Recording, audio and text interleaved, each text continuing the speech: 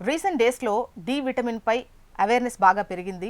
Vitamin D supplement తీసుకునే వారి సంఖ్య పెరిగింది. మారుతున్న జీవనశైలి, సూర్యరశ్మికి గురికాకపోవడం, ఎక్కువసేపు ఇంట్లోనే ఉండటం వంటి కారణాల వల్ల చాలా మందిలో ఈ విటమిన్ లోపం ఎక్కువ ఉంది.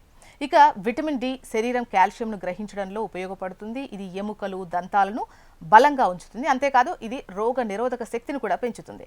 ఈ విటమిన్ లోపం ఎముకల నొప్పి, అలసట, బలహీనత, తరచుగా అనారోగ్యం, మానసిక స్థితిలో మార్పులు వంటి లక్షణాలకు దారితీస్తుంది. దీంతో విటమిన్ డి సప్లిమెంట్ తీసుకుంటూ ఉంటారు. కానీ వీటిని తీసుకునే ముందు కొన్ని విషయాలు తప్పక గుర్తుపెట్టుకోవాలి.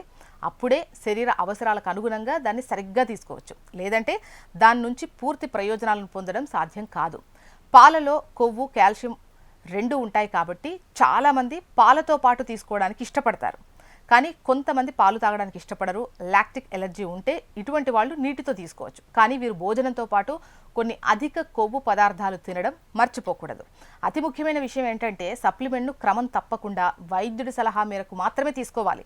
తద్వారా శరీరానికి పూర్తి ప్రయోజనం లభిస్తుంది. సాధారణంగా ఉదయం లేదా మధ్యాహ్నం భోజనంలో విటమిన్ డి సప్లిమెంట్ తీసుకోవడం బెటర్. ఎందుకంటే ఆ టైంలో జీర్ణక్రియ చురుగ్గా ఉంటుంది. కానీ ఖాళీ కడుపుతో తీసుకోవడం వల్ల కొంతమందికి అసౌకర్యం, అనీజీ కలుగుతుంది. కాబట్టి జాగ్రత్తగా ఉండాలి.